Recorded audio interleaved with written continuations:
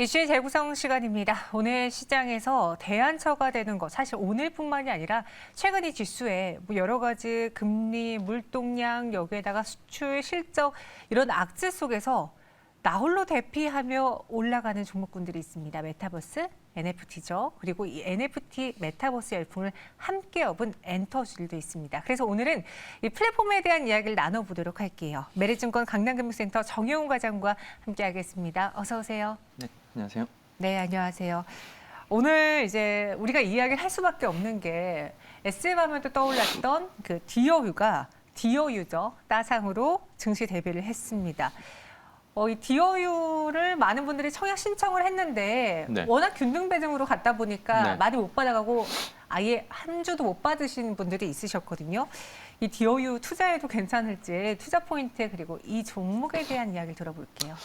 네, 우선 뭐 디어유 같은 경우에는 사실 지금 타이밍이 굉장히 좋았죠. 상장 맞아요. 타이밍이 뭐 아시다시피 지금 현재 주식시장은 하락하는 반면에 시장에서 거의 유일하게 상승하고 있는 섹터, 어떻게 보면 좀 테마라고 해야 될까요?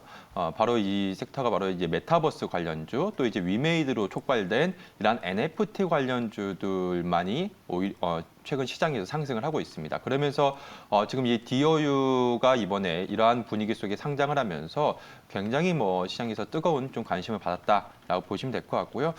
이 디어유 같은 경우에는 이 SM의 그 손자 회사라고 할 수가 있겠습니다. 그래서 K-팝 콘텐츠에 기반한 이 사업을 영위하고 있는 회사다라고 보시면 될 것 같고요.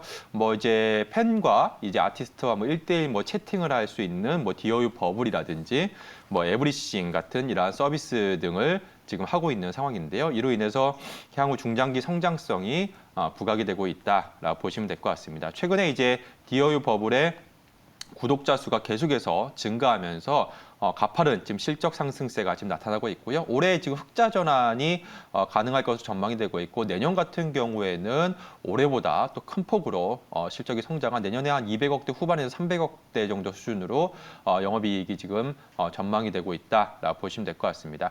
그래서 지금 공모가 밴드는 한 18,000원에서 한 24,000원 정도 수준이었는데 이 공모가 밴드 상단을 뛰어넘는 26,000원에 지금 상장을 해서 오늘 이제 주가는 지금 66,000원에 이르고 있다라고 보시면 될 것 같습니다. 지금 주가 26,000원 공모가 기준으로 봤을 때 시가총액이 한 5천억 정도 수준인데 지금 현재 시가총액이 1조 3천억이니까 지금 뭐 공모가 대비해서 거의 뭐 3배 가까운 현재 주가가 지금 상승해 있는 상황이다라고 보시면 될 것 같습니다. 네, 이 시장에 사실 원래는 공모주들의 경우에는 그날 지수의 분위기로 굉장히 많이 타거든요. 그런데 디어유의 경우에는 이 지수의 흐름보다는 지금 포함되어 있는 메타버스 그리고 NFT 관련주들이 오히려 로블록스 열풍 때문에 급등을 하자 나이스 타이밍에 상장을 했고 따상의 장중에 성공을 했습니다. 현재 26% 정도의 오름세를 보여주고 있는데 어떻게 보세요? 지금 증권가에서는 사실 새내기 주들의 목표 주가를 제시하기가 굉장히 그렇죠. 어렵잖아요. 또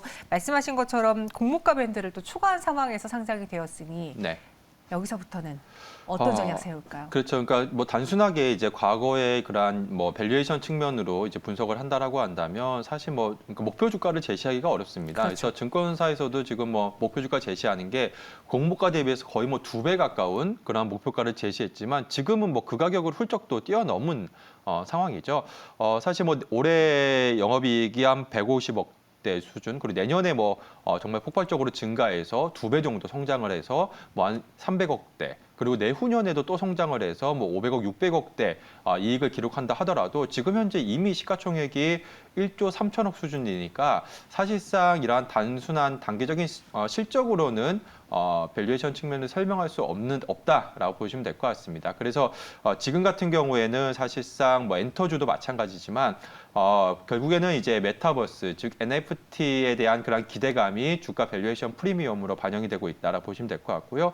그래서 디어유 같은 경우에도 이제 내년부터 본격적으로 이러한 메타버스 사업을 전개할 것으로 지금 전망이 되고 있는 상황이어서 이와 관련해서 당분간은 계속해서 시장에 뜨거운 관심을 받을 수 있지 않을까 그렇게 보여주고 있습니다. 또한 이제 기존의 이제 버블 서비스의 확장성이라든지 또 이제 안정성이 또 굉장히 좀 강점이고 일단은 내년 또 내후년까지는 계속해서 좀 고성장세가 좀 이어질 가능성이 높기 때문에 일단 당분간은 시장에서 좀 뜨거운 관심을 받지 않을까 그렇게 보고 있습니다. 네, 디어유가 뭡니까? 라는 그 채팅방 글에 영상님께서 디어유는 위버스 같은 팬 플랫폼입니다. 라고 글을 올려주셨어요. 말씀하신 것처럼 버블을 통해서 소속 아티스트와 함께 완벽한 쌍방향 소통은 아니지만 그래도 서로 소통을 할 수 있고 뭔가 내 소속 아티스트가 내 주변에 있는 것 같다. 이런 느낌을 또 줄 수 있는 그런 플랫폼인데 이 팬 플랫폼 사업을 굉장히 잘 이용하고 있거든요. 엔터사들이. 네네. 내가 좋아하는 가수들에게는 돈을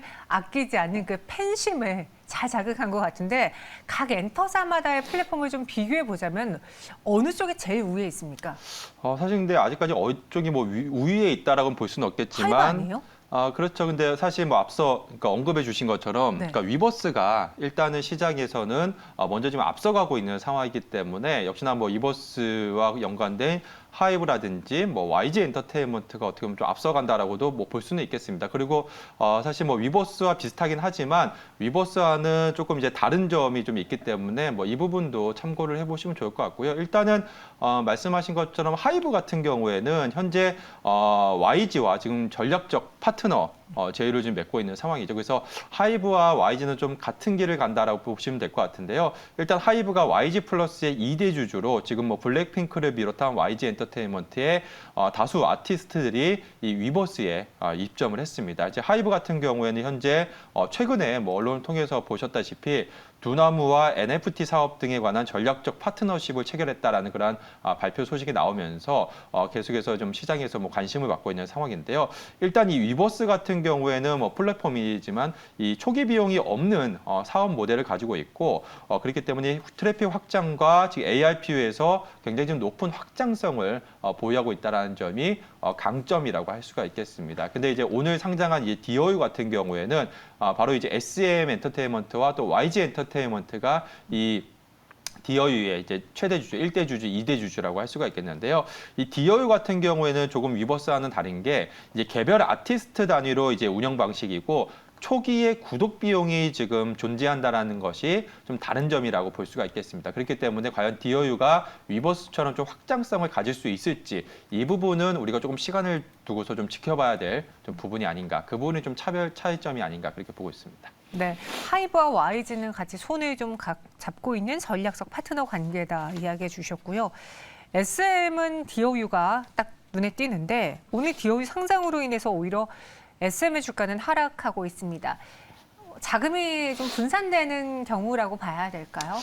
일단은 뭐 SM뿐만이 아니라 오늘 하이브를 제외하고는 대부분의 엔터주들이 오늘 하락하고 있죠. 그러한 이유가 사실 엔터주 같은 경우에 최근에 계속해서 상승을 해서 지금 뭐 대부분 52주 신고가에서 지금 움직이고 있습니다. 그래서 아무래도 이제 디어유가 오늘 상장을 하면서 이 디어유 쪽으로 이러한 엔터주 쪽으로 갔던 수급이 일시적으로 좀 몰리면서 엔터주들 쪽에서는 단기 차익 실현 매물이 좀 나오는 것이 아닌가 그렇게 보여지고 있고요. 그래서 뭐 펀더멘탈 측면에서 오늘 뭐 주가가 하락한 것이 아니라 단기적인 이런 수급적인 이슈다라고 보시면 될 것 같습니다. 즉 이 디어유가 이제 수급을 좀 빨아들여가면서 기타 이제 엔터주들이 오늘 JYP라든지 뭐 SM이 좀 하락하고 있다라 보시면 될 것 같고요. 반면에 이 하이브 같은 경우에는 앞서 말씀드린 것처럼 이제 좀 디어유와는 약간 좀 차별화되는 그러한 부분이 있기 때문에 오히려 하이브 같은 경우에는 주가가 좀 상승하고 있지 않나 그렇게 보여주고 있습니다. 그래서 일단은 뭐 SM이라든지 JYP 쪽으로 갔던 수급들이 일단 최근에 주가 상승을 이용해서 어느 정도 차익 실현에 나서면서 좀 디어유 쪽으로 좀 이동을 하면서 이러한 측면에서 좀 주가의 변동성이 좀 나타나는 것으로 그렇게 보여지고 있고요. 결국에는 SM 같은 경우에도 향후에 디어유의 이러한 실적이 만약에 확대가 된다라고 한다면 그로 인해서 또 주가도 상승한다라고 한다면 이러한 지분 가치가 JYP도 마찬가지죠. 이러한 지분 가치가 상승하기 때문에 결국에는 중장기적으로 봤을 때는 이 디어유의 주가 상승과 실적 상승이 SM과 JYP에는 상당히 이제 긍정적인 주가 상승 요인으로 작용하지 않을까 그렇게 보고 있습니다. 네, 그럼 정용 과장님 오늘 지금 정용 과장님이 비염 걸리셔가지고 그렇죠? 네. 말씀하시기 힘드시죠? 네, 이 힘듭니다. 비염 때문에 환절기가 또 갑자기 날씨가 추워지면서 비염을 걸리셨는데 이 엔터주 이야기를 할 때 그럼 정영호 과장님의 경우에는 오늘 주가가 하락한다. 네. 이게 그동안 많이 올라서 또 어느 정도 찰실한 매도 또 투심 위축이 살짝 옵션 만기를 앞두고 있을 수 있는 모습, 현상이다라고 설명해 주셨잖아요. 오늘의 하락을 줍줍의 기회로 물론 줍줍하긴 좀 많이 올라와 있지만 그렇죠. 네. 어떻게 생각하세요? 사실 이제 오늘 하락을 뭐 줍줍을 할 수는 없죠. 왜냐하면 지금 주가도 거의 지금 신고가 그렇죠. 부근이기 때문에 만일에 여기서 뭐 주가가 크게 좀 조정을 받는다라고 한다면 뭐 줍줍에 나서볼 수 있겠지만 지금 같은 경우에는 좀 관망을 하는 게 좋지 않을까 그렇게 보고 있고요. 뭐 장기적인, 그러니까 중장기적 관점에서 내년 이후를 놓고 봤을 때면 엔터주는 전반적으로 뭐 하이브가 지금 어떻게 보면 선두로 뭐 치고 나가고 있다라고 볼 수가 있겠는데 이 메타버스 시대 또 이제 NFT 관련해서 결국에는 이제 게임주와 이제 엔터주가 가장 각광을 받을 수 있는 이 섹터라고 할 수가 있겠습니다.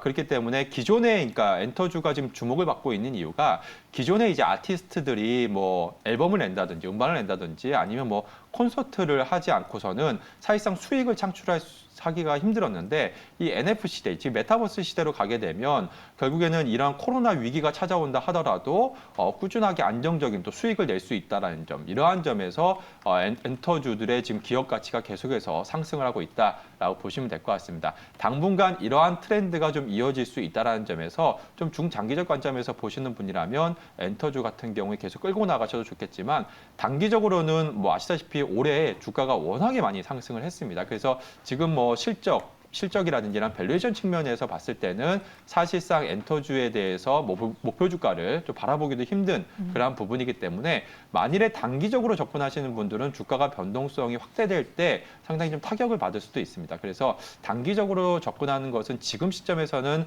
조금 조심하시는 게 좋지 않을까 그렇게 보고 있고요. 앞서 말씀드린 것처럼 내년 이후까지 즉 이제 중장기적 관점에서 이러한 엔터주들을 이제 메타버스 관점으로 또 NFT 시장의 성장과 함께 같이 갈 수 있는 이러한 관점으로 보시는 분이라면 뭐 지금 시점에서도 충분히 뭐 접근하셔도 좋지 않을까 그렇게 보고 있습니다. 네, DOU는 현재 거래 제한폭 부근까지 올라가면서 67,400원에 29.61% 급등을 유지하고 있습니다.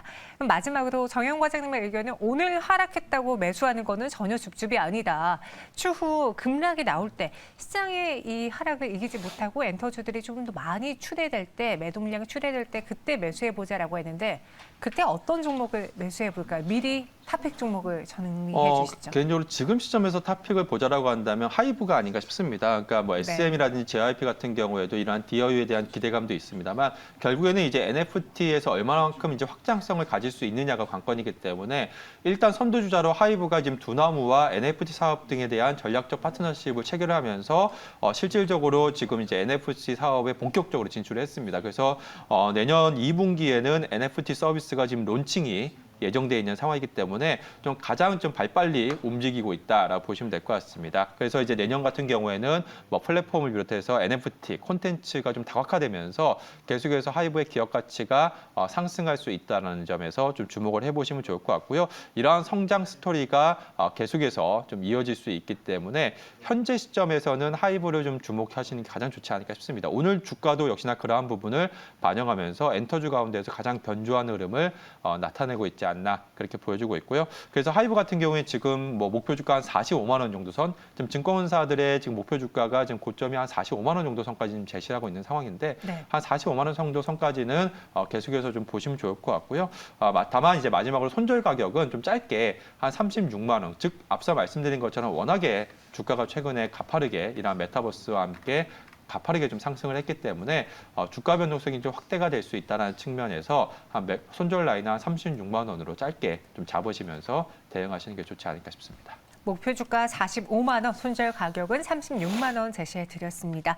하이브를 그래도 지금 현 시점에서 엔터주 내 가장 탑픽 종목으로 꼽아주셨고요. 정영 과장님 여기서 인사드릴게요. 고맙습니다.